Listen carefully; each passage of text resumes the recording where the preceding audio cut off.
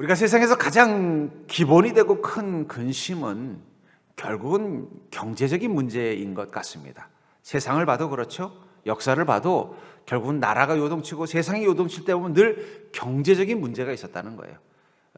그리고 그 경제적인 문제가 해결되지 않는 한 이 땅의 문제와 근심은 쉬 사라지지 않습니다. 요즘 세상의 뉴스를 보면요, 앞으로 경제가 안 좋아질 거라는 그런 어떤 불길한 소식들이 계속 들려올 때마다 우리도 모르게 내일 어떻게 되는 거 아닌가 하는 근심과 걱정에 같이 동요될 것입니다. 오늘 본문의 내용도 바로 그 소식을 들은 것입니다.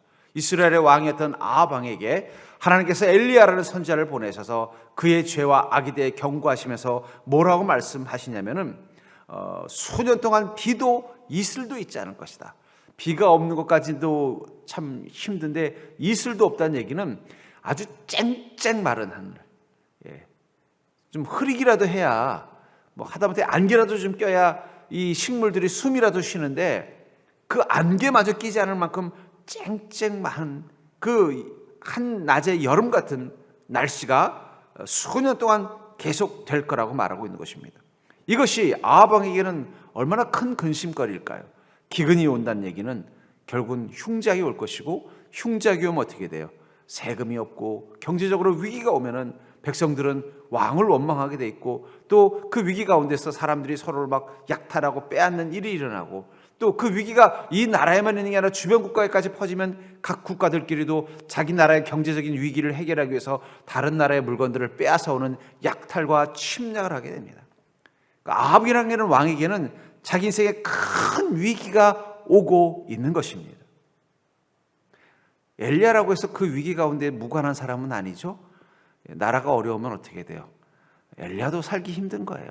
엘리야네 집에도 흉작이 올 것이고, 엘리야에게 그래도 뭔가 선지자로서 존중하고 존경하던 그런 사람들이 엘리야를 돕던 일들도 도울 수 없는 상황이 되는 것이니까 엘리야에게도 어려움이 오는 것입니다.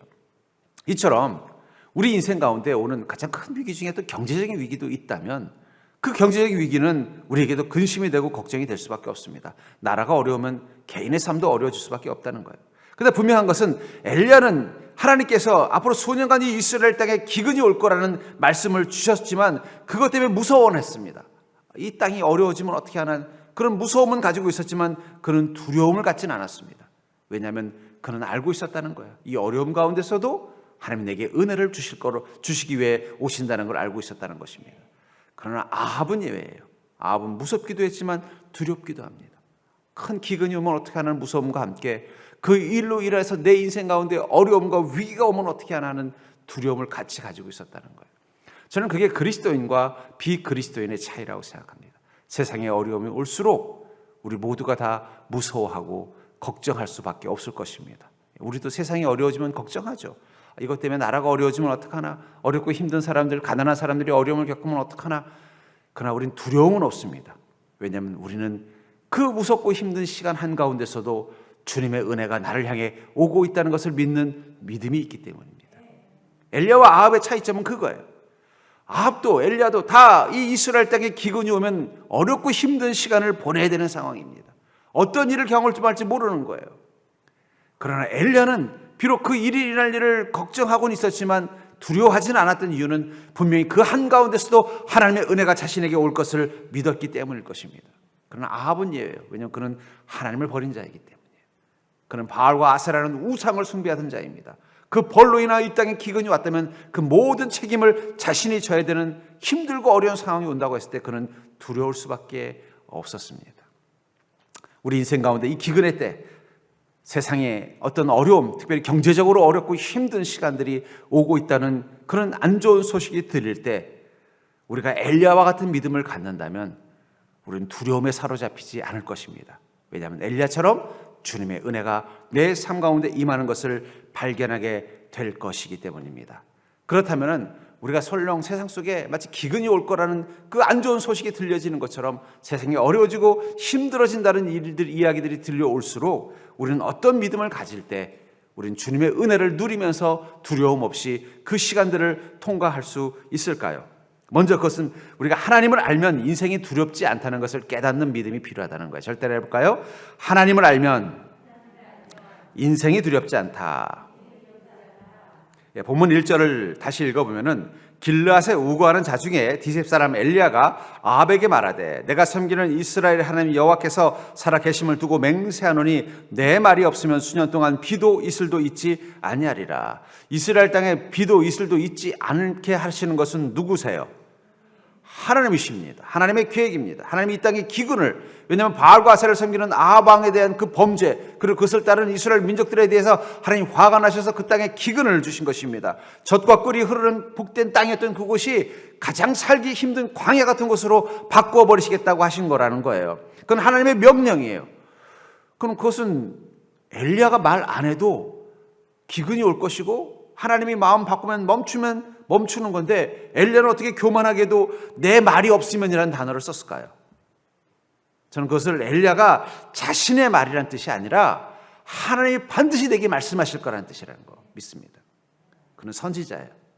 선지자는 지금으로 치면 일종의 하나님의 사자입니다. 특사라는 직업을 가진 분들이 있어요. 우리나라의 특사, 그래서 어떻게 해외 미국이나 중국에 특사로 갈 때는 그냥 가는 게 아니라 대통령을 대신해서 가는 겁니다. 그러면 가서 거기서 어떤 국가 간의 협약을 맺거나 어떤 이야기를 할 때 그 특사는 자신의 생각을 말하는 게 아니에요. 대통령의 생각과 말을 전달하는 겁니다. 그 중요한 결정을 할 때는 다시 대통령에게 전화를 해서 저쪽에서 지금 이렇게 하자고 제안이 들어왔는데 대통령님은 어떻게 생각하십니까? 그러면 대통령이 생각하다가 그럼 이건 이렇게 결정하자. 그럼 그 다음날 특사는 가서 어떻게 하는 거예요? 자신이 말하는 것처럼 말하지만 실제로는 누구 생각을 말하는 거예요? 그건 대통령의 생각을 말하는 것입니다. 내 말이 없으면이라는 말은 자신의 생각이라는 뜻이 아니라 하나님이 내게 행하신 말이 없으면 그런 일은 일어나지 않을 거라는 거예요. 왜 그런 자신감 있는 말을 했을까요? 하나님은 하나님이 사랑하는 자가 어떤 삶에 문제가 있을 때 하나님은 반드시 이야기해 주시기 때문이에요. 아브라함이 머물던 이 가나안 땅, 그의 조카 롯이 살던 소돔성을 하나님 멸망시키고자 했을 때 하나님은 바로 소돔성으로 가서 그 성을 멸망시키지 않았어요. 어떻게 했습니까? 아브라함을 먼저 찾아오셨잖아요. 와서 소돔성을 멸망시킬 거란 걸 이야기하지 않습니까? 왜냐하면 이 소돔성이 멸망했을 때 아브라함에게도 피해가 가기 때문입니다. 여러분, 하나님께서 우리를 사랑하시는 방법 중에 하나가 뭐냐면 세상의 문제들 가운데 하나님께서 그 문제들을 통해서 어떤 일을 행하실 때 그것이 우리 성도들에게 어려움과 곤란함이 오면은 반드시 말씀해 주신다는 거예요. 우리 세상을 바라보면은요, 어려운 생각하면 늘 정치적으로, 경제적으로, 또 국제 정세상 어렵고 이런 문제가 생겨서 세상이 어렵다고 말하지만 그런 일은 늘 있었어요, 역사 속에서. 사실은 그 속에 하나님의 계획이 있다는 거예요. 어쩌면 이 코로나도 하나님의 기근 계획일 것입니다. 또 이 동북아 지역이 막 서로 갈등하고 다투는 것도 하나님의 기근 계획이 있을 거라는 거예요. 코로나가 좀 끝날만 하니까 또 갑자기 인플레이션이 온다 그러고 막 경제가 어렵다 그러고 난리가 날 거라는 막 이런 소식이 들리는 것도 하나님의 기근 계획이라면 분명히 하나님은 그 속에서 우리가 이 어려움을 당하지 않도록 어떻게 하실까요? 미리 귀뜸해 주신다는 거예요. 귀뜸.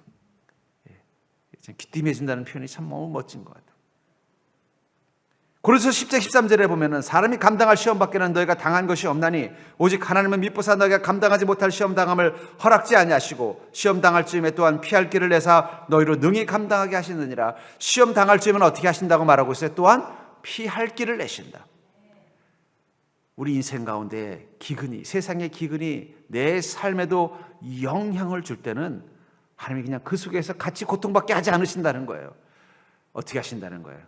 귀띔해 주시지. 우리가 그걸 준비할 수 있는 능력과 힘을 갖도록 만들어 주시는 게 하나님의 사랑이라는 것입니다. 그러니까 여러분들, 세상이 이렇게 되면은 혹시 우리 가정에는 영향이 오는 거 아닐까? 또 내가 하는 일에는 문제가 생길 거 아닐까? 두려워하지 않기를 주의 이름으로 축원합니다. 왜냐하면 그 문제가 내 가정과 내 삶 가운데 두려울 것 같으면 하나님이 그냥 놔두지 않는다는 거예요. 왜냐하면 이 기근이 하나님의 계획이라면, 이 약한 때를 향해 하나님이 하시는 엄벌이시라면 그 속에서 주님의 백성들이 그 벌을 똑같이 고통받게 하지 않으신다는 거예요. 시험 당할 즈음에는 피할 길을 주셔서 그 길을 지나갈 수 있도록 도와주시지 같이 고통받게 하지 않는다는 사실을 기억하시기 바랍니다. 그럼 우리가 무엇만 있으면 되는 거예요? 귀뜸을 들으려면 귀가 있으면 되잖아요. 그렇죠? 하나님 와서 야, 너는 좀 알고 있어라. 준비하고 있어라. 이 말씀을 해주려고 오셨으면 주님의 음성에 귀를 기울이면 되는 거잖아요. 소돔성을 멸망시키는 이 계획을 하나님께서 무거운 마음 가지고 가면서 아브라함에게 얘기를 했으면 아브라함이 그 얘기를 듣고 잘 하나님께 부탁을 했지 않습니까? 만약에 아브라함이 그렇게 안 하고 아유 하나님 오셨는데 죄송합니다. 오늘 제가 결혼식이 있어가지고 오늘은 우리 사라가 접대할 테니까 맛있게 식사하시고 가세요. 우리 그냥 가버렸으면 어떻게 되겠어요? 전혀 이야기도 듣지 못했을 거예요. 그러면 여러분들 세상의 흉흉한 소식 또 근심되는 이야기가 들린다고 너무 거기에만 마음의 귀를 열지 마십시오. 우리가 생각에 사로잡힌다는 건 마음의 귀를 열어서 그것을 듣는다는 걸 뜻하는 거예요. 우리가 귀를 열면 어떻게 돼요? 그 귀로 들려오는 소리에 마음이 뺏기게 돼 있어요. 그렇죠? 여러분들이 좋아하는 드라마를 보면은요, 우리 여성분들은 특히 이 로맨스 드라마 좋아하잖아요. 그러면 귀를 열면 어떻게 돼요? 남자 주인공 소리만 들으면 저런 멋진 남자랑 나도 사귀어봤으면 좋았을 뻔했는데, 그러면서 마음이 뺏기는 것처럼 귀가 어디로 열려 있냐가 내 생각이 무엇을 하냐를 결정해 준다면, 여러분 세상의 흉흉한 소식에만 마음의 귀를 열지 마십시오. 그런 소식만 듣고 살면요, 내 마음이 다 시끄러워져요. 막 불안해지고 더 암울해져요. 저는 그래서 요즘 일부러 뉴스를 잘 안 봅니다. 왜냐하면 뉴스만 보면 자꾸 그런 불안한 소식만 자꾸 들리고 나쁜 소식만 들리면 내 마음속도 너무너무 지저분해지는 거예요. 이럴 때 누구의 소리를 들어야 될까요? 하나님 소리를 들어야죠. 굿뉴스. 복음을 왜 굿뉴스라고 할까요? 주님의 음성을 내 마음의 귀로 들으면요, 갑자기 두려움은 사라지고 하나님이 나와 함께 계시는구나. 세상이 어떻게 요동치더라도 하나님 나와 함께 계시는구나. 주님의 귀뜸을 경험할 수 있구나. 여러분 그것만 가지고도 우리는 두려움을 이길 수 있습니다. 하나님 여러분들이 그 문제와 이 세상의 그 흉흉함 속에 그냥 여러분들이 똑같이 고통받도록 놔두지 않는 사랑의 하나님이라는 사실을 기억하시기 바랍니다. 그렇기 때문에 어지러운 세상이 아니라 주님을 보는 눈을 가지고 있으면 우리는 두려워할 이유가 없어요. 주님이 다 미리 말씀해 주실 거라는 거예요. 피할 길도 다 준비해 주시고. 아니나 다를까 하나님은 엘리야에게 뭐라고 말했어요? 야, 이 땅에 대기근이 오면 너도 걱정이 되지? 걱정하지 마라. 우선 당장은 내가 지시한 곳으로 가라. 그 그리시네가에 가 있으면 거기 네가 굶어 죽지 않도록 다 지켜줄게. 그 끝나고 나서 또 그 물이 마르니까 어떻게 해요? 이번엔 사르밧으로 가거라. 거기 가면 사르밧 여인이 있을 텐데 그 집에 머물러라. 내가 은혜를 또 물어다 줄게. 하나님이 피할 길을 다 준비해 놓으셨다는 거예요. 그러니까 여러분 걱정하지 마시기 바랍니다. 아이고 점점 어려워지고 세상이 어려워지고 거기 우리 가정도 영향을 받을 것 같은데 하나님 반드시 오셔서 어떻게 해요? 여러분들이 그 고통 속에 절망하지 않도록 지키시고 보호하시고 인도하시는 하나님이라는 사실을 기억하시기 바랍니다. 그렇기 때문에 우리는 어떤 순간에도 우리를 위한 플랜 B가 있다는 사실을 믿는 믿음이 있어야 할 것입니다. 어떤 순간에도 하나님이 우리를 위해 준비하신 또 다른 계획이 있다는 사실을 기억하시기 바랍니다. 본문 4절에 보니까 그 시냇물을 마시라. 내가 까마귀들에게 명령하여 거기서 너를 먹이게 하리라. 하나님께서 그리 시냇가로 가라고 명령하셨습니다. 그리고 그곳에 가서 가만히 있으면 어떻게 한다는 거예요? 걱정하지 말아라. 내가 다 먹을 거 해결해 줄게 하면서 누구를 동원하십니까? 까마귀를 동원한다는 거예요. 거기서 너를 먹이게 하시라. 그래서 거기서라는 말이 히브리어로 샴이라는 단어를 쓰는데 이 말은 거기라는 뜻도 되지만 그때라는 뜻도 돼요. 그때 너를 먹게 해주겠다. 여러분들 하나님께서 이 땅에 기근이 오고 문제가 오고 환란이 올 때 하나님 우리에게 거기 그 샴을 준비하십니다. 은혜를 공급받을 수 있는 곳, 은혜를 공급받을 수 있는 시간을 준비하고 계신다는 사실을 기억하시기 바랍니다. 그 거기가 주는 은혜는 뭐예요? 모두가 기근으로 절망하고 있는 그 땅, 그리시네가도 유대 땅 한가운데 있는 거예요. 모두가 절망할 수밖에 없고 모두가 고통받을 수밖에 없는 그 땅. 이제는 아방이 엘리야가 그런 말을 하고 나니까 자기도 걱정도 되지만 화도 나잖아요. 어디서 그런 입방정하냐고 막 엘리야를 죽이려고 할 겁니다. 그러니 아방의 핍박까지 받으니 그 땅이 어디도 피할 데가 없는 거예요. 그러니까 그리시네가로 피한 것입니다.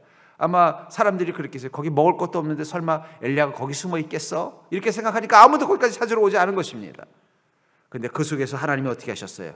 그 그곳 거기 그 샴에서 까마귀를 보내서 먹을 것을 보내주시더라는 거예요. 여기 샴, 이 거기는 바로 하나님의 보호하심이 있는 곳입니다. 하나님의 은혜가 마르지 않는 곳이라는 거예요. 모두가 기근 가운데 있어서 너무너무 힘들고 고통스러운 땅 한가운데 그 샴이 있다는 거예요. 누구를 위한 샴이에요? 여러분들을 위하셔. 지금 이 본문에서는 엘리야를 위한 거기를 주님이 준비하셨다면 지금 이 땅에 기근이 오더라도 여러분들을 위한 시험을 하나님이 준비하고 계시다는 사실을 기억하시기 바랍니다. 거기서 어떻게 하신다는 거예요? 내가 너를 먹이게 하리라. 엘리야가 그걸 먹을 걸 구하려 애쓸 필요가 없이 하나님이 공급해 주시겠다는 거예요. 창세기 6장 7절부터 8절에도 보면은 하나님께서 이 땅에 악이 흉흉한 걸 보면서 너무너무 실망. 창세기 6장 7절부터 8절에 보면은 하나님께서 내가 창조한 사람을 내가 지면에서 쓸어버리되 사람으로부터 가축과 기는 것과 공중의 새까지 그리하리니 이는 내가 그것들을 지었음을 한탄함이니라. 하나님께서 너무 인간들 이 땅에 화가 나셔서 어떻게 해요? 이 지구 전체를 다 물로 쓸어버린다는 거예요. 이 지구 전체를 물로 다 쓸어버리면 어떻게 한 인간이 그 재앙을 피할 수 있겠습니까? 아무도 피할 수 없는 거예요. 지구 전체가 다 물로 채워져 버리면 어디로 피할 수 있겠어요? 저 에베레스트 산까지 다 물이 차버렸는데 어떻게 피할 수 있겠어요? 다 죽는 게 정상이에요. 근데 8절에 그러나 노아는 여호와께 은혜를 입었더라. 그 속에서도 은혜 입은 자가 한 명 있더라는 거예요. 노아의 가정은 어떻게 됐어요? 모두가 다 죽을 수밖에 없는 그 물의 심판 한가운데서도 하나님이 그의 가정의 생명을 지켜주시더라는 거예요. 그게 바로 샴의 복이라는 거예요. 여러분들 노아에게만 그런 복이 있을까요? 엘리야에게만 그런 복이 있을까요? 아닙니다. 우리 모두에겐 주님께서 우리를 위하여 준비하신 방주가 있다는 거예요. 그 그리시네가가 있다는 것을 믿으시기 바랍니다. 그것도 기근이 가득한 땅 한가운데 모두가 물에 잠기는 그 지구 한가운데 하나님께서 우리를 위한 그 방주, 우리를 위한 그리시네가를 준비해 놓으셨다는 거예요. 여러분 그 사실을 기억한다면 우리는 두려워할 필요가 없습니다. 지금 여기는 기근과 궁핍이 가득할지라도 지금 여기는 엄청나게 쏟아진 물로 인해서 모든 게 다 잠기는 재앙의 시간 한가운데 일지라도 거기 주님의 은혜가 공급되어지고 주님의 보호하심이 있는 곳이 있다는 것입니다. 전 여러분들에게도 주님이 예배하신 그 피난처인 샴이 준비되어 있다는 사실을 기억하는 믿음 되기를 주의 이름으로 축복합니다. 근데 그곳은 어디도 아니고 언제도 아니에요. 그것은 바로 여러분들의 주님을 믿고 서 있는 믿음의 자리가 바로 거기라는 거예요. 거기를 찾아서 여러분 헤맬 필요가 없습니다. 아이고 엘리야는 그리시네가에서 기근을 피했다는데 그렇다고 여러분들이 이스라엘 땅 그리시네가를 찾아봤자 거기는 여전히 기근이 있을 거예요. 엘리야 때만 거의 기근이 없었던 거지. 엘리야 때만 까마귀가 있었던 거지. 여러분들의 그리스는 아니라는 거예요. 그곳은 어디일까요? 그것은 바로 여러분들의 믿음의 자리면 다 거기가 바로 샴이에요. 절대 해볼까요? 나의 샴은 내 안에 있다. 그러니까 여러분 멀리 찾아 헤맬 필요 없어요. 내 안에 그리시네가가 있고 내 안에 방주가 있고 내 안에 하나님께서 나를 위해서 예배하시는 곳이 있다는 거예요. 그리고 여러분들의 마음이 믿음의 자리만 되면 어떻게 돼요? 걱정할 필요 없습니다. 하나님께서 분명히 거기 내가 너를 먹이리라. 주님의 약속이 임한다는 것입니다. 특별히 우리 인생에 세상에 근심이 점점 많아지는 상황일수록 여러분들은 뭐라고 기도해야 될까요? 주님, 내 마음이 주님이 약속하신 그 샴 거기가 되게 하여 주옵소서. 내 마음은 주님의 은혜가 공급되는 복된 곳이 되게 하여 주옵소서. 그러면 어떻게 돼요? 이상하게 남들은 힘들다고 하는데 나는 하는 일들마다 형통이 나타나는 거예요. 남들은 힘들다고 하는데 나는 마음에 평안이 있는 거예요. 남들은 이 문제 때문에 다 절망하고 있는데 우리 가족은 너무너무 행복한 거예요. 저는 그런 걸 경험한 적이 있었습니다. 아버님 사업이 어려워가지고 갑자기 좋은 집도 목동에 로데오라고 유명한 데가 있습니다. 거기 집이 있었는데 그 집을 갑자기 사업하다가 팔아야만 됐어요. 그래서 오고 갈 데도 없어서 어렵고 힘든 시간들을 보낼 적이 있었는데 이 힘든 시간을 어떻게 살아야 되나 그랬는데 이상하게 우리 가족들이 너무 행복한 거예요.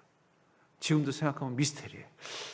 사춘기였는데 다들 막 방황하고 갑자기 왜 사람이 그렇잖아요. 잘 살다가 갑자기 어려워지면요. 이 어린 학생 10대들은 삐뚤어지는데 그게 아니에요. 가족들이 더 행복하고 왜 그럴까 생각하면 거기가 뭐예요? 그리시네가였다. 하나님이 먹이시는 은혜가 공급되는 거. 전 여러분들의 가정이 그런 곳이라는 사실을 기억하시기 바랍니다. 세상이 힘들수록 믿음의 자리가 있는 가정은요 더 행복해져요. 막 힘든 일이 있다가도 집에만 오면 이상하게 막 행복해지는 거예요. 또 막 어려운 일들이 많은데 내가 뭘 하나 하면 할 때마다 하나님께서 그것을 돌보시고 역사하시는 게 보이는 거예요. 그게 형통입니다. 마치 요셉이 어떻게 해요? 요셉은 하나님과 함께 하심으로 무엇을 하든지 다 형통하였더라. 왜냐하면 그가 머무는 곳이 믿음의 자리였고 그가 있는 그곳이 바로 그리시네가였기 때문입니다. 전 여러분들 안에 이미 주님께서 준비하신 샴이 있다는 사실을 기억하시기 바랍니다. 그러니까 세상 보고 걱정하지 말고 여기가 거긴데 뭘 걱정이야, 이런 마음 가지고 여러분들 늘 주님과 함께 동행하는 믿음의 자리에 서는 자가 될 수 있기를 주의 이름으로 축복합니다. 그런 의미에서 기근 속 성령님, 내 삶에 또 이 땅에 기근이 오는 시대 속에 성령님은 하나님께서 내게 보내주신 까마귀입니다. 세상이 흉흉해지고 어려워지고 힘들어지는 그 기근 속에서 나와 함께 계신 성령님은 바로 하나님이 내게 보내주신 까마귀 같다는 사실을 기억하시기 바랍니다. 6절부터 6절을 보시면, 본문 6절을 보시면 까마귀들이 아침에도 떡과 고기를 저녁에도 떡과 고기를 가져왔고 그가 시냇물을 마셨으나 어떻게 했다고 말하고 있어요. 까마귀가 아침에도 떡과 고기, 저녁에도 떡과 고기. 남들은 기근에 하루에 한 끼도 못 먹는데 엘리야는 하나님께서 하루에 2끼씩 먹게 하셨습니다. 그것도 아침부터 고기를 먹게 해주셨어요. 어디서 그런 복을 누리겠습니까? 그것은 그가 하나님의 사랑과 은혜 가운데 있기 때문에 가능한 거 아니겠어요? 우리 그리스도인은 그런 자라는 걸 기억하십시오. 왜 성령님이 우리와 함께 계실까?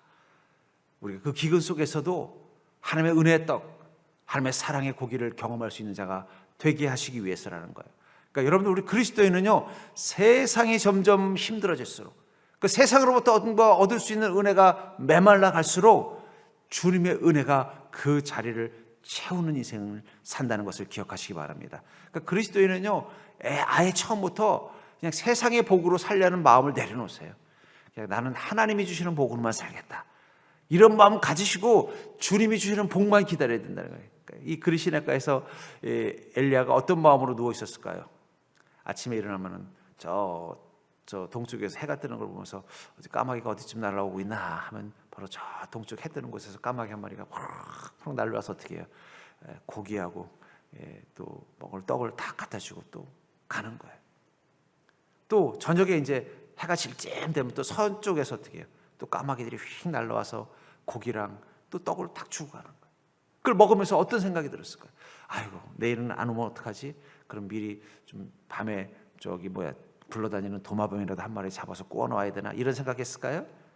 아유, 그러시니까 어차피 모두가 다 기근인 곳에서 나는 오직 주님의 은혜만 채우겠다는 마음. 여러분, 이거 되게 중요한 믿음입니다. 우린 때로는 결단해야 될 때가 있어요. 내 힘, 내 세상, 내가 가지고 있는 능력, 또 세상에 줄 수 있는 혜택으로만 살아왔던 습관을 버려버리고 오직 주님의 은혜로만 살아야겠다고 결심해야 될 때가 있다는 거예요. 그 순간 내 삶 가운데 성령님이, 아니 하나님의 까마귀가 성령님처럼, 아니면 성령님이 하나님의 까마귀가 되어서 우리 인생 가운데 다가오는 것입니다. 엘리야에게는 그리시네가에서, 또 사르밧 여인의 집에서 그 하나님께서 그 까마귀를 보내셔서 채우신 거죠. 광야에서는요, 이스라엘 민족이 신의 광야에서는요, 아침에는 만나, 저녁에는 메추라기를 보내서 어떻게 해요? 또 채워주셨잖아요. 요셉은요, 보디발 장군의 집에서, 왕의 감옥에서 바로 그 하나님이 보내시는 까마귀를 경험했다면 여러분들은 어디서 그것을 경험하기를 원하십니까? 지금 여러분들의 삶의 자리 가운데서 하나님은 분명히 까마귀를 보내주실 것입니다. 전 그런 의미에서 하나님의 은혜는요 출장 뷔페 같다고 생각해요. 여러분들이 그거 찾아가서 먹을 필요 없어요. 다 여러분들의 인생 가운데, 그 인생 식탁 가운데 하나님이 배달해 주십니다. 여러분들이 문제 가지고 근심 가지고 집에 돌아가면 벌써 하나님이 은혜의 밥차를 보내주신 줄 믿으시기 바랍니다. 그러니까 여러분 걱정하지 마세요. 자꾸 내일 일을 근심하지 마세요. 물론 잘 해결하기 위해서 고민도 해야 되고 또 잘 해결하기 위해서 지혜도 구해야 되겠지만 그 문제 앞에 완전히 막 마음이 사로잡혀 가지고 두려움과 공포와 슬픔에 사로잡힐 필요 없다는 거예요. 왜냐하면 분명히 하나님은 그 속에 은혜의 밥차를 이미 보내셨기 때문입니다. 우리는 가서 숟가락만 들고 가서 주님이 주신 은혜의 식탁을 즐기기만 하면 된다는 거예요. 그래서 창세기 26장 1절부터 4절에 보면 이렇게 말하고 있습니다. 이 이삭이 그 그랄 때 가나안 땅에 기근이 왔어요. 아브라함 때 첫 흉년이 들었더니 그 땅에 또 흉년이 들매 이삭이 그랄로 가서 블레셋 왕 아비멜렉에게 이르렀더니 여호와께서 이삭에게 나타나 이르시되 애굽으로 내려가지 말고 내가 내게 지시하는 땅에 거주하라. 이 땅에 거류하면 내가 너와 함께 있어 내게 복을 주고 내가 이 모든 땅을 너와 내 자손에게 주리라. 내가 내 아버지 아브라함에게 맹세한 것을 이루어 내 자손을 하늘의 별과 같이 번성하게 하며 이 모든 땅을 내 자손에게 주리니 내 자손으로 말미암아 천하 만민이 복을 받으리라. 하나님은 지금 이삭에게 이런 놀라운 복을 주실 때 지금 이삭이 처한 상황은 어떤 상황이에요? 큰 흉년이에요. 도저히 이 가나안 땅에 살 수 없을 만큼 큰 흉년이었어요. 그래서 애굽으로 좀 잠시 피난을 가야 될까 고민하고 있을 때 하나님이 오셔서 뭐라고 말하는 거예요? 갈 필요 없다라는 거예요. 내가 지시하는 땅에 머물라라는 거예요. 그럼 내가 너에게 이런 복을 주시겠다고 약속하고 있다는 거예요. 오히려 남들은 기근으로 죽고 망하겠다고 생각했던 그 시간에 하나님은 이삭에게 큰 복을 약속하고 있는 것입니다. 여러분, 세상이 망하고 힘들다고 생각하는 그 시간에 하나님은 여러분들에게 이삭같이 오셔서 오히려 더 큰 복을 약속하시는 하나님이라는 사실을 기억하시기 바랍니다. 그러니까 우리는 방황할 필요 없어요. 당황할 필요 없습니다. 두려워할 필요 없습니다. 왜냐하면 하나님은 우리가 어느 곳에 있든지 주님과 동행하는 믿음을 가지고 믿음의 자리에 서 있기만 하면은 우리를 향해 성령님이 날아오셔서 까마귀가 공급하시듯이 은혜를 공급해 주실 것이기 때문입니다. 그러니까 여러분들은 어떤 마음만 가지면 돼요? 먼저 기도하십시오. 하나님, 제가 믿음의 자리를 잃지 않게 하여 주옵소서. 어떤 곳에서든 믿음의 자리를 잃지 않게 하여 주옵소서.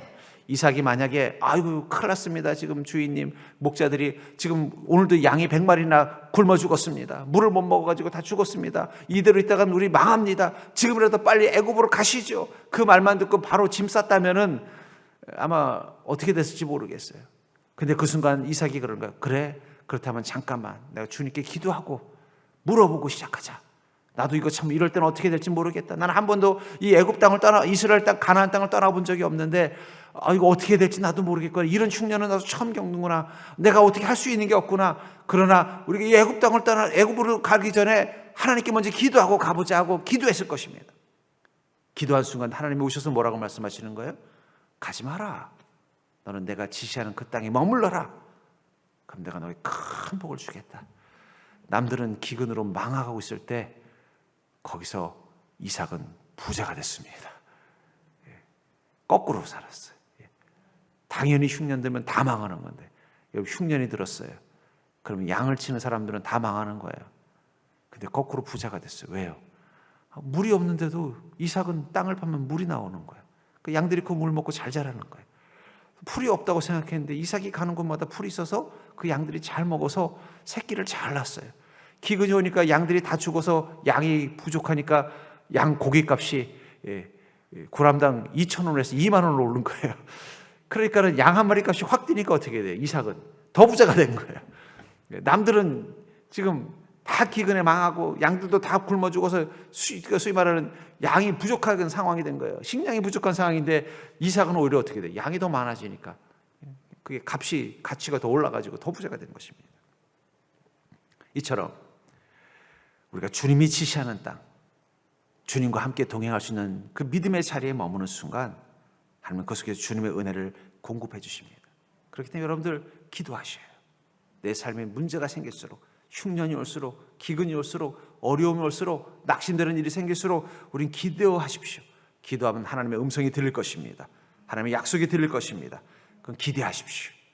그리고 기다리시면 된다는 거예요. 어쩌면 우리 지금 고민이 많은 시간을 지나가고 있는지도 모르겠습니다. 세상이 이렇게 갑자기 2년 가까이 코로나로 인해서 삶이 다 막 엉망진창으로 흐트러져 버리고 또 그 뒤에 좀 코로나가 이제 잠잠해지려고 하니까 또 경제적으로 어려움이 있다고 하고 세상은 요동치고 이 속에서 우리가 어떻게 살아야 되는가 근심되고 낙심되는 거예요. 우리 젊은이들은 또 취업이 안 되고 직장이 문제가 생기고 또 집값은 너무나 뛰고 막 이래서 또 앞으로 생활비 걱정도 되고 인플레이션이 일어난다고 막 이런 수많은 근심되는 시간들을 통과해야 될 것입니다. 근데 중요한 게 있어요. 잠언 19장 21절에 보니까 사람의 마음에는 많은 계획이 있어도 오직 여호와의 뜻만이 완전히 서리라. 그 속에서 여러분들 근심하면서 이 계획 저 계획 세워봤자 어차피 계획대로 안 될 겁니다. 여러분 근심으로 세운 계획은 안 되게 돼 있어요.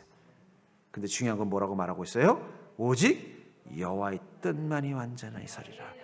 주님이 뜻하시는 대로 될 것입니다. 그러니까 주님께서 여러분들에게 어떤 뜻을 가지고 있을까요? 여러분들이 아합 같은 인생이라면 망하는 뜻을 가지고 계시겠지만 엘리압과 같은 인생이라면 하나님께서 살리시는 뜻을 가지고 계실 거예요. 그러니까 여러분 너무 많은 근심하지 마십시오.